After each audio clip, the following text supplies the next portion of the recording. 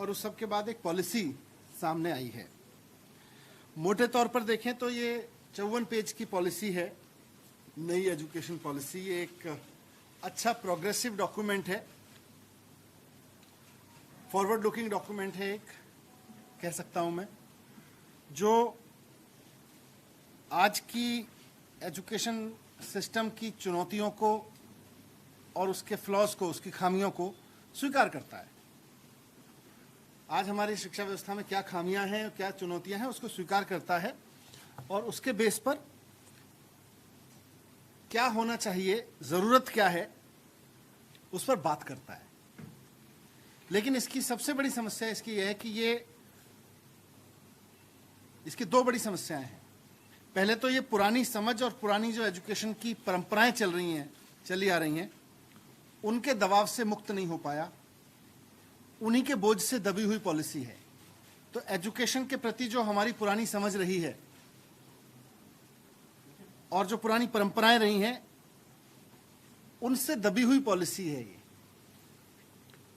दूसरा, जिन सुधारों की इसमें बात की गई है, जिन जरूरतों की इसमें बात की गई है, उनको कैसे हासिल किया जाएगा, इस पर पॉलिसी या तो चुप है या भ्रमित है। पॉलिसी उस पर या तो कुछ नहीं कह रही है, या कह रही है तो ऐसा कह रही है जिससे समझ में आ रहा है कि कुछ समझ में नहीं आया पॉलिसी मेकर्स को। सो इन नटशेल अगर मैं कहूं तो basic principles are good, but implementation कैसे होगा, इस पे पॉलिसी चुप है। भविष्य की जरूरतों को अच्छे से रखती है, लेकिन आज की व्यवस्था को भविष्य की जरूरतों तक लेकर कैसे जाएंगे, इस पर पॉलिसी चुप है। तो मैं पहले कुछ ऐसी चीजें रख रहा हूं इस पॉलिसी की जो मेरी राय में अच्छी हैं और होनी चाहिए। सबसे पहली और सबसे इंपॉर्टेंट चीज जो इस पॉलिसी के, कल खबर भी मिली मुझे जब आप लोगों ने न्यूज देनी शुरू की और मैंने भी इसको पढ़ा, इसमें डिसीजन लिया गया है कि एचआरडी मिनिस्ट्री का नाम बदलकर एजुकेशन मिनिस्ट्री कर दिया जाएगा। ये अच्छी बात है, ये बहुत अच्छी बात है। और मैं पिछले 5-6 साल में कम से कम 100 मरतबा इस बात को कह चुका हूं कि शिक्षा देने का काम मानव संसाधन विकास का काम नहीं है। मानव संसाधन केवल टूल विकसित करने का काम है, शिक्षा एक अलग काम है, और शिक्षा का काम हम शिक्षा के रूप में करें, मानव संसाधन उसका एक हिस्सा है। तो अच्छी बात है कि हम शिक्षा पे बात कर रहे हैं और शिक्षा मंत्रालय हमारे देश में होगा, ये अच्छी बात है। लेकिन मैंने जब ये बातें कही थी कि मानव संसाधन विकास मंत्रालय से हमें शिक्षा का काम नहीं लेना चाहिए, शिक्षा मंत्रालय से मानव संसाधन का थोड़ा सा काम लेना चाहिए और बाकी शिक्षा के काम करने चाहिए, तो उस वक्त ये भी कहा था नाम बदलने से कुछ नहीं होगा, उसकी पूरी की पूरी तासीर बदलनी पड़ेगी डिपार्टमेंट की, खाली नाम बदलने से कुछ नहीं होने वाला है। लेकिन इस पॉलिसी में तो दिख रहा है नाम ही बदल रहा है, काम हम अभी भी संसाधन विकास का ही करेंगे। पर फिर भी कुछ अच्छी चीज इसमें है, जैसे अर्ली चाइल्डहुड एजुकेशन को इसमें पहली बार मेन फ्रेम में लाने की बात कही गई है। अर्ली चाइल्डहुड एजुकेशन का मतलब 3 साल से 6 साल की उम्र के बच्चे, दुनिया के बहुत सारे देशों ने ये स्टडी की है कि 3 से 6 साल के उम्र के जिन बच्चों को अच्छी एजुकेशन मिलती है, सही समय पे सही गाइडेंस, सही नर्चरिंग मिलती है, वो आगे जाके इंटेलेक्चुअली, फाइनेंशियली अच्छा परफॉर्म करते हैं। ये दुनिया में बहुत सारी रिसर्च हुई है। तो अच्छी बात है कि इन्होंने इस बात को माना है कि अर्ली चाइल्डहुड को फॉर्मल एजुकेशन का हिस्सा माना जाएगा और उसमें कम्युनिटी एंगेजमेंट किया जाएगा, यह भी अच्छी बात है। दूसरी अच्छी बात इसमें यह है कि मिड डे मील के साथ साथ इसमें जिक्र किया गया है कि बच्चों को ब्रेकफास्ट भी दिया जाना चाहिए, अच्छी बात है। एक कोर्स, हर एक बच्चे को आगे एजुकेशन में कोर्स चॉइस के लिए ऑप्शंस खोले गए हैं। फिजिक्स के साथ साथ बच्चा म्यूजिक भी ले सकता है, फिजिकल एजुकेशन भी ले सकता है, म्यूजिक लेने वाला बच्चा मैथमेटिक्स ले सकता है, ये कोर्स ऑप्शंस खोले गए हैं, ये एक अच्छी प्रोग्रेसिव बात है। बीएड को, हाँ, फाउंडेशन ईयर में जो पढ़ाई है, मतलब नर्सरी, केजी, पहली, दूसरी, तीसरी तक के जो क्लास की पढ़ाई है, उसको फाउंडेशन ईयर बोलेंगे, ये मदर टंग में कराई जाएगी, ये भी अच्छी बात है। इससे बच्चे की जो वो उम्र है, वो बौद्धिक विकास पे ज्यादा है, उसकी ऊर्जा खर्च होगी बच्चे की, और ये अच्छा प्रोग्रेसिव स्टेप होगा। बीएड को 4 साल का है किया जा रहा है, और जो और ग्रेजुएशन वाले बच्चे हैं उनको भी ऑप्शंस दिए जाएंगे 2 साल के, 1 साल के बीएड करने के, वो भी अच्छी बात है। कुछ रेगुलेटरी एजेंसी राष्ट्रीय शिक्षा आयोग बनाने की बात की गई है। इस पर ये प्रयास अच्छे हैं, लेकिन इस पे इसके फॉर्मेशन पे कंसर्न्स है मेरे, जो मैं आगे रखूंगा। कुछ और अच्छी बातें की गई हैं कि इंक्लूसिव एजुकेशन लानी है, इजी टू अंडरस्टैंड परीक्षाएं होनी चाहिए, प्रैक्टिकल अप्रोच होनी चाहिए। ये सारी गुडी बातें हम एजुकेशन के बारे में पहले भी करते रहे हैं, कोई नई नहीं है, लेकिन एजुकेशन पॉलिसी में इनको लाना अच्छी बात है और इस पे फिर चर्चा हो सकती है।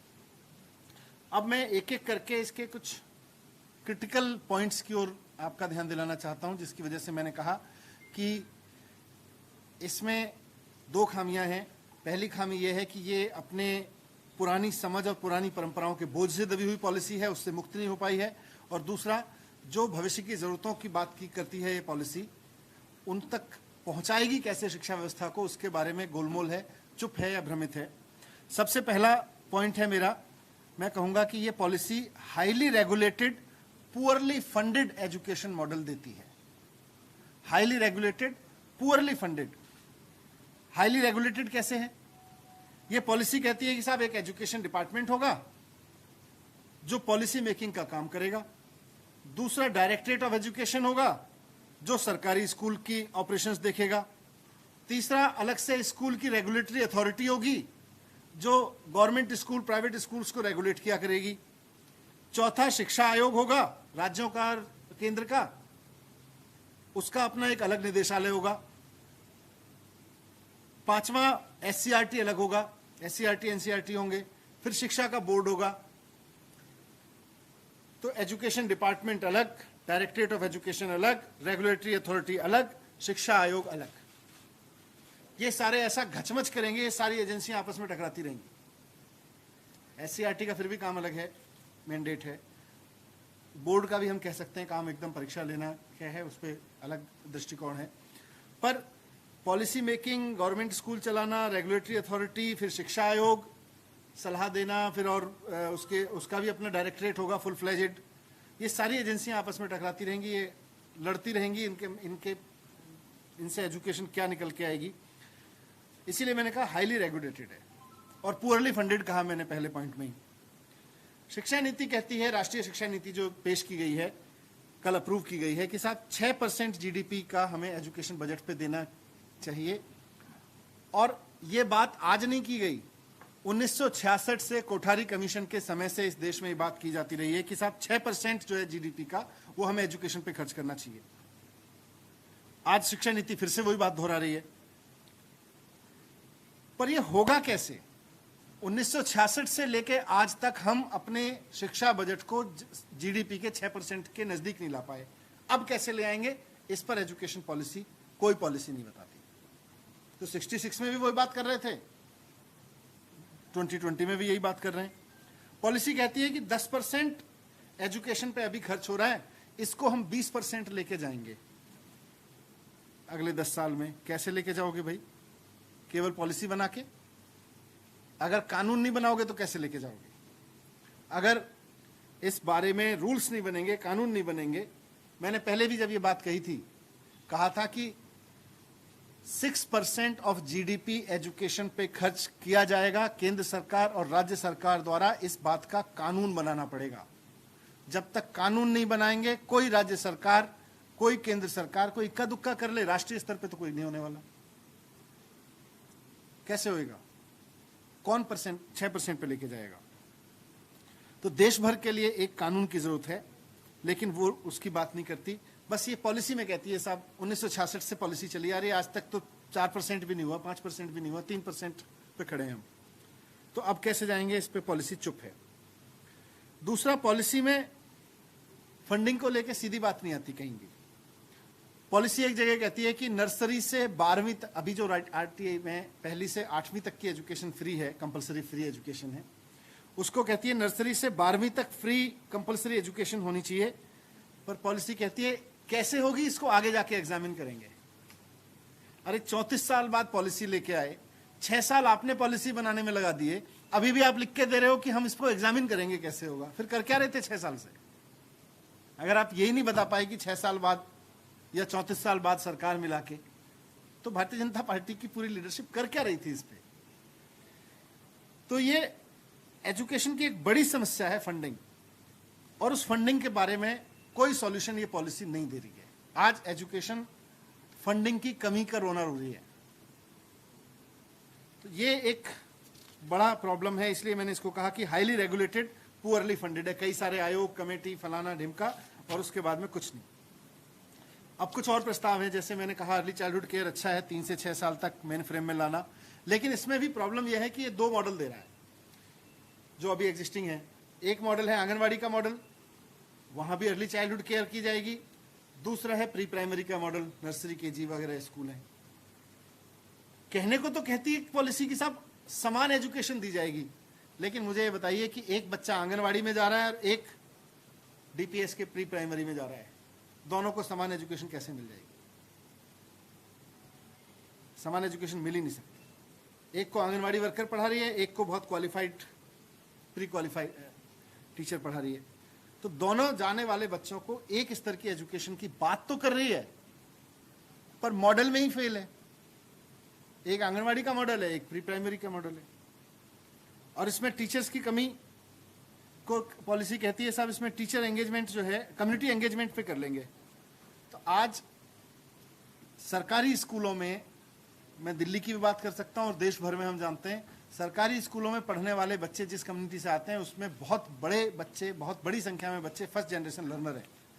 जब फर्स्ट जनरेशन लर्नर्स हैं तो उस कम्युनिटी में ऐसे लोग कहाँ से आएंगे जो स्कूल में आके वॉलंटरी करके पढ़ा लेंगे? और गांव देहात में क्या होगा? वहां पे भी सरकारी स्कूलों में हम कह रहे हैं कम्युनिटी से लोग निकल के आके पढ़ाने लगेंगे।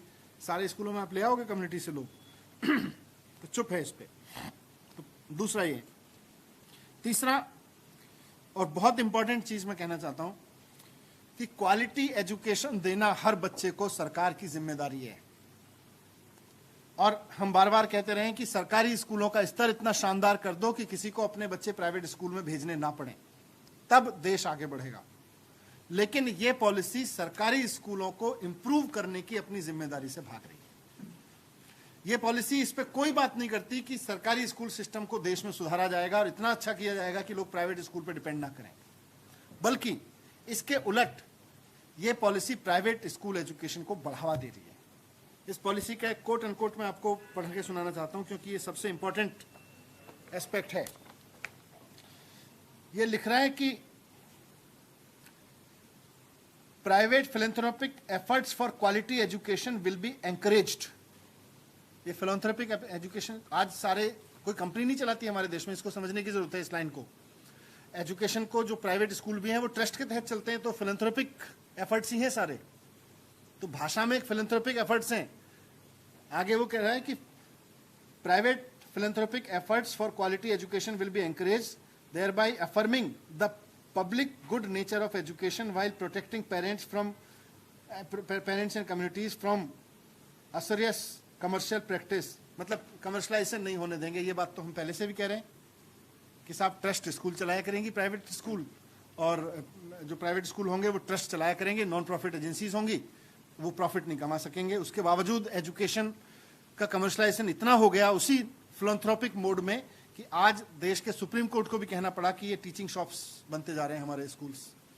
वैसे में अगर हम अपनी पॉलिसी में ये रखेंगे private philanthropic efforts for quality education will be encouraged, मतलब आप प्राइवेट स्कूल एजुकेशन को एनकरेज करने की पॉलिसी लेके आए हो 34 साल बाद, और एक ऐसे समय में जब लोगों के जॉब्स जा रहे हैं।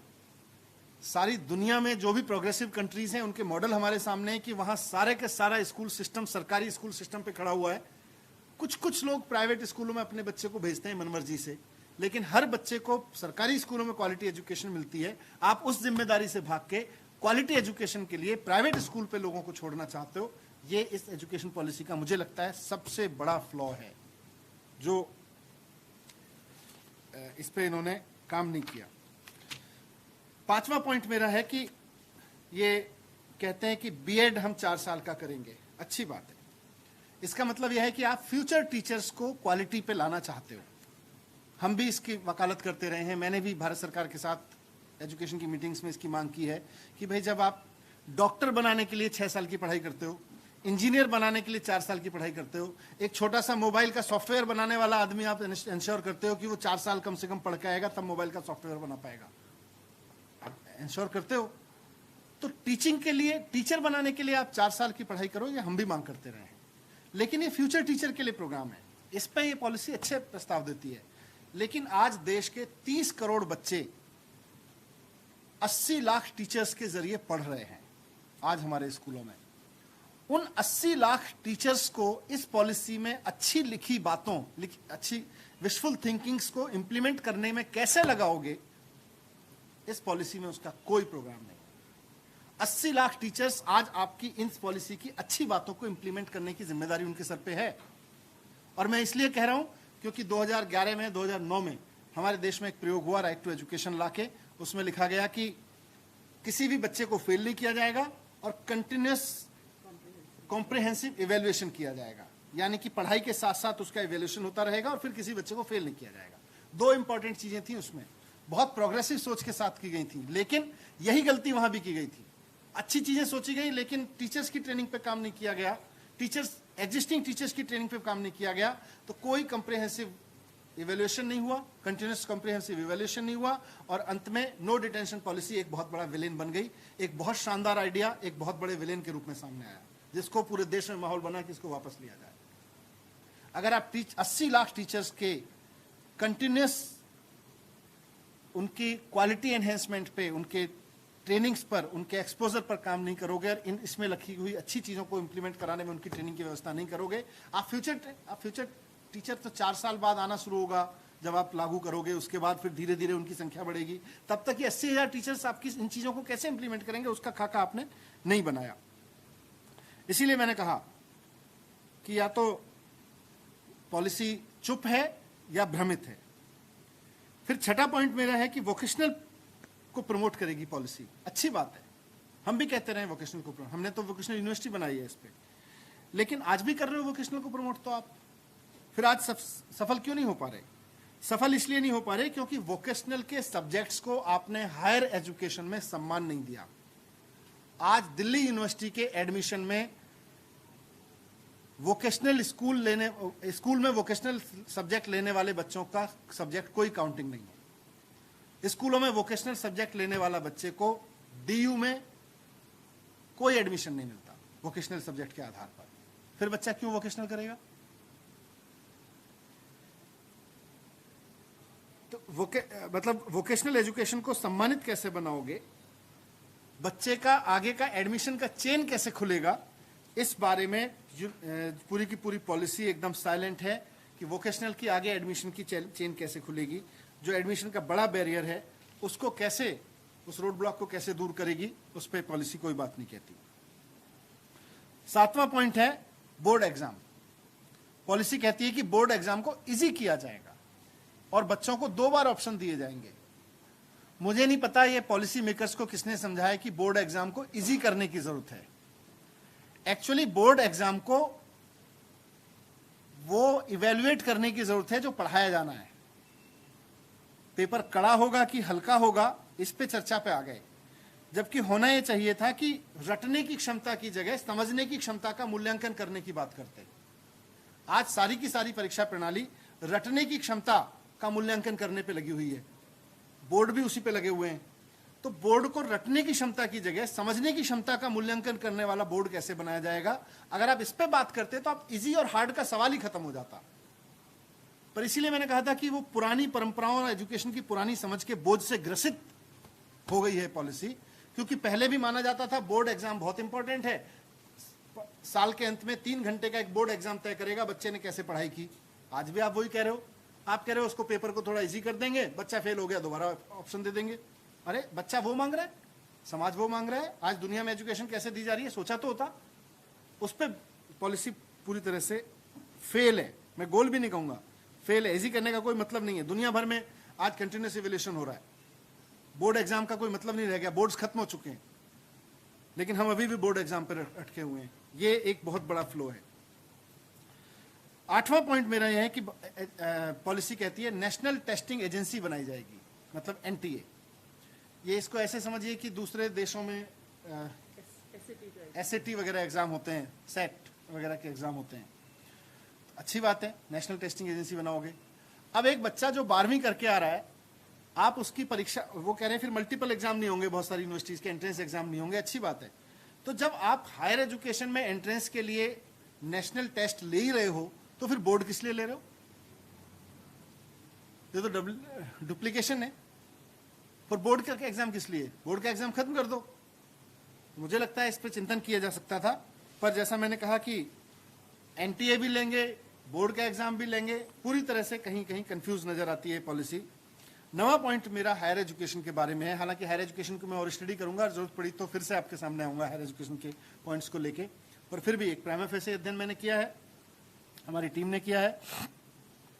हायर एजुकेशन में सबसे ज्यादा जोर दिया गया है कि साहब multi disciplinary higher education institutes बनाएंगे, MDHEI, multi disciplinary higher education institutes. और ये कह रहे हैं कि अगले 15-20 साल में देश के सारे स्कूल, सारे कॉलेजेस, सारे यूनिवर्सिटीज को मल्टी डिसिप्लिनरी बना देंगे। आज का मॉडल क्या है ये समझ लीजिए। आज का मॉडल है, एक तरफ हमारे सामने दिल्ली यूनिवर्सिटी, जामिया, बनारस यूनिवर्सिटी और देश की बहुत तमाम यूनिवर्सिटीज हैं, ऐसी यूनिवर्सिटीज हैं, IP यूनिवर्सिटी है दिल्ली की, मल्टी डिसिप्लिनरी यूनिवर्सिटीज है। उसमें MBA भी कराते हो, इंजीनियरिंग भी कराते हो, इकोनॉमिक्स में MA भी कराते हो, बहुत सारे अलग अलग आर्ट्स के कोर्स भी कराते हो, सब कुछ। आज लेकिन स्पेसिफिक यूनिवर्सिटीज भी हैं, DTU भी है, IIT भी है। अब आप क्या कह रहे हो? देश के सारे कॉलेजेस और यूनिवर्सिटीज को मल्टी डिसिप्लिनरी बनाएंगे, मैंडेटरी। यहां भूल कर रही है पॉलिसी। दोनों चीजों की जरूरत है, मल्टी डिसिप्लिनरी की भी जरूरत है। आप मल्टी डिसिप्लिनरी यूनिवर्सिटीज और कॉलेजेस को और रिच करो, उनकी संख्या बढ़ाओ, लेकिन ये स्पेसिफिक यूनिवर्सिटीज है, इनको बर्बाद मत करो। आप कह रहे हो कि IITs में तो हम एक्टिंग भी सिखाएंगे और FTII में इंजीनियर भी पैदा करेंगे, ये कैसे होगा? फिल्म ट्रेनिंग इंस्टीट्यूट एक्टर्स देता रहा है देश को, IIT देश के इंजीनियर्स देता रहा है। आप कह रहे हो सबको मल्टी डिसिप्लिनरी बना देंगे, तो IIT में एक्टिंग सीखा करेंगे लोग आके, और FTII में जाके लोग इंजीनियरिंग सीखा करेंगे। सेक्टर स्पेसिफिक यूनिवर्सिटीज और कॉलेजेस की दुनिया भर में इंपॉर्टेंस है। आज बर्कले का म्यूजिक कॉलेज देख लीजिए, बिजनेस कॉलेजेस देख लीजिए, MIT जैसे कॉलेजेस देख लीजिए, इकोनॉमिक्स के कॉलेजेस देख लीजिए, वो सारे सेक्टर स्पेसिफिक कॉलेजेस हैं। हम पता नहीं किस रोमांटिज्म में आ गए मल्टी डिसिप्लिनरी के, कि सारा कुछ अरे मल्टी डिसिप्लिनरी की अपनी इंपॉर्टेंस है, आप करिए और अच्छा करिए, अभी भी एग्जिस्टिंग है, लेकिन जो सेक्टर स्पेसिफिक कॉलेजेस यूनिवर्सिटीज हैं उनको तो बर्बाद मत करिए। ऐसा कैसे होगा कि IIT दिल्ली में कल जाके एक्टिंग की क्लास शुरू हो जाएगी और FTII में जाके इंजीनियरिंग की क्लास शुरू हो जाएगी, IIM में जाके मेडिकल की क्लास शुरू हो जाएगी और एम्स में आके बिजनेस मैनेजमेंट सिखाया जाएगा? तो ये तो बर्बाद कर देगा। इस देश में प्रतिभाओं को निकालने का काम किया इन संस्थानों ने, बड़े बड़े सेक्टर स्पेसिफिक संस्थानों ने। अगर हम अपने इस रोमांटिसिज्म में इनको बर्बाद कर देंगे तो कैसे काम चलेगा? ये क्या विजन है पॉलिसी में?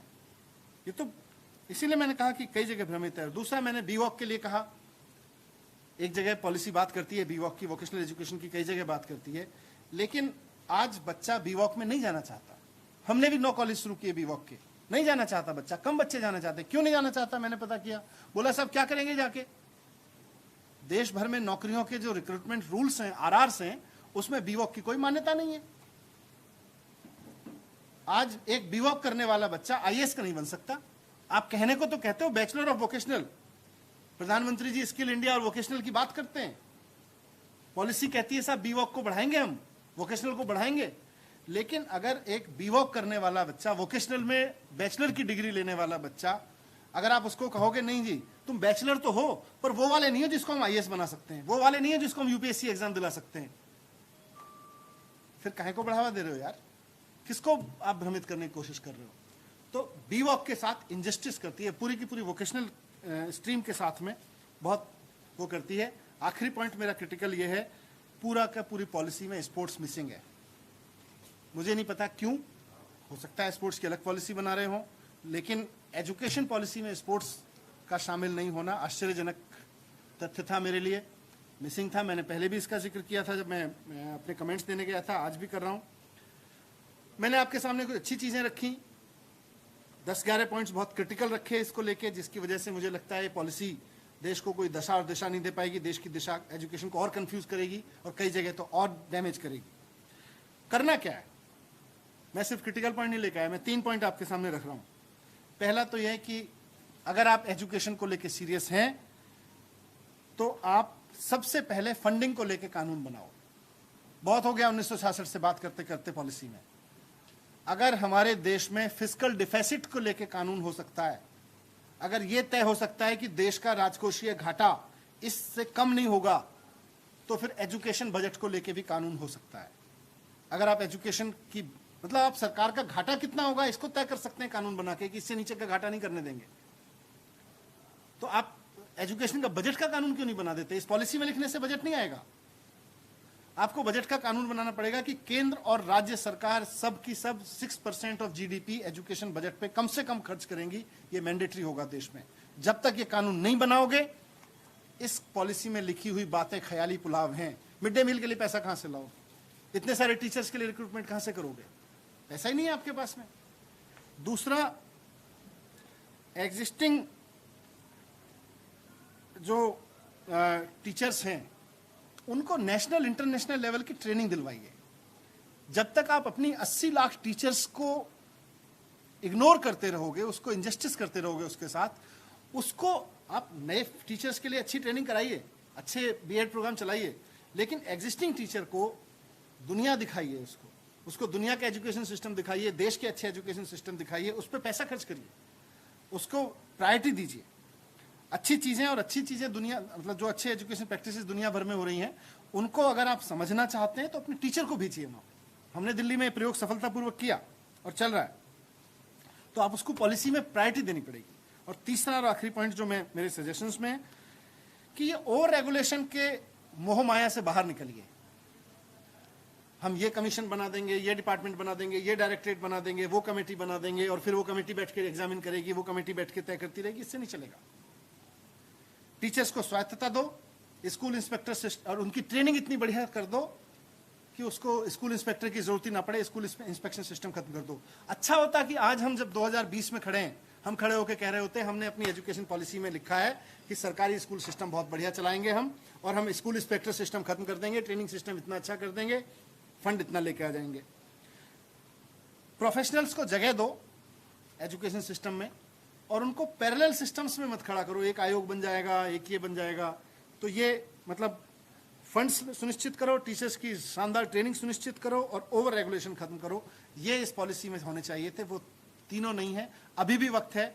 मैं रिक्वेस्ट करूंगा केंद्र सरकार से भी और उनको लिखूंगा भी कि आप इसको ठीक कर लीजिए। ये अगले 20, 25, 30 साल के लिए पॉलिसी बन रही है, ऐसा मजाक मत करिए देश के साथ। Thank you.